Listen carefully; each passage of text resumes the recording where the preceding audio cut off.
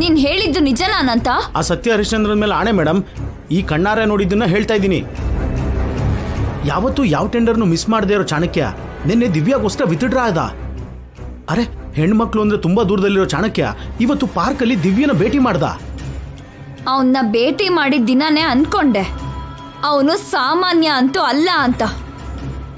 ಅವನು ಟೆಂಡರ್ ಕೈ ಬಿಡೋದ್ರ ಹಿಂದೆ, ದಿವ್ಯನ ಭೇಟಿ ಮಾಡೋದ್ರ ಹಿಂದೆ ಯಾವುದೋ ಸ್ಟ್ರಾಂಗ್ ರೀಸನ್ ಇದ್ದೇ ಇರತ್ತೆ. ಮೇಡಮ್, ಒಂದ್ ವೇಳೆ ದಿವ್ಯಾಗ್ ಸ್ಪರ್ಧೆ ಮಾಡೋಕ್ಕಾಗದೆ ಸೋಲಿಗೆ ದೂರವಾಗಿ ದಿವ್ಯಾಗ್ ಹತ್ರವಾಗಿ ಇರ್ತಿದ್ದಾನೇನೋ ಮೇಡಮ್. ಅವನು ಗೆಲುವನ್ನ ಬಿಟ್ರೆ ಸೋಲ್ನ ಒಪ್ಕೊಳ್ಳಲ್ಲ, ಗೆಲುವಿಗೋಸ್ಕರ ಅಡ್ಡದಾರಿನ ಹಿಡಿಯಲ್ಲ.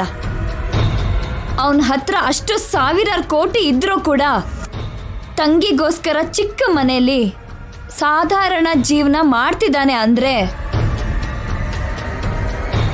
ಅವನ್ ಗಟ್ಸು ಕಮಿಟ್ಮೆಂಟ್ಸು ನೆಕ್ಸ್ಟ್ ಲೆವೆಲಲ್ಲಿ ಇದೆ ಅಂತ ಅನ್ಕೋಬೇಕು. ನೋವು ಕೊಟ್ಟಿರೋ ತನ್ನ ತಂದೆನ ಬಿಟ್ಟು ಭವಿಷ್ಯದಲ್ಲಿ ತನ್ನ 2 ಕೈಗಳನ್ನೇ 1000 ಕೈಯಾಗಿ ಮಾಡ್ಕೊಂಡಿದ್ದಾನೆ. ಅವನಿಗೆ ಚಾಣಕ್ಯ ಅಂತ ಅವನ ಅಪ್ಪ ಅಮ್ಮ ಕರೆಕ್ಟ್ ಹೆಸರಿಟ್ಟಿದ್ದಾರೆ. ಆ ಚಾಣಕ್ಯನ ವಿಷಯನ ಪಕ್ಕಕ್ಕಿಡಿ ಮೇಡಮ್. ನಿಮ್ಮ ಅಕ್ಕನ ಮಗಳೇನಾದ್ರೂ ಕಮ್ಮಿ ಅನ್ಕೊಂಡಿದ್ದೀರಾ?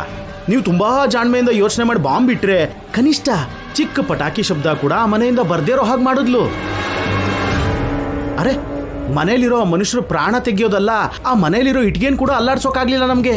ಅವಳು ಇವಾಗ ಸಾಯ್ಲಿಲ್ಲ ಅಂದ್ರೆ ಅವಳಿಗೆ ಸಾವೇ ಇಲ್ಲ ಅಂತ ಅಲ್ಲ ಅನ್ನಂತೂ ಮುಂದೆ ಹೋಗಿರೋ ಹಾಗೆ.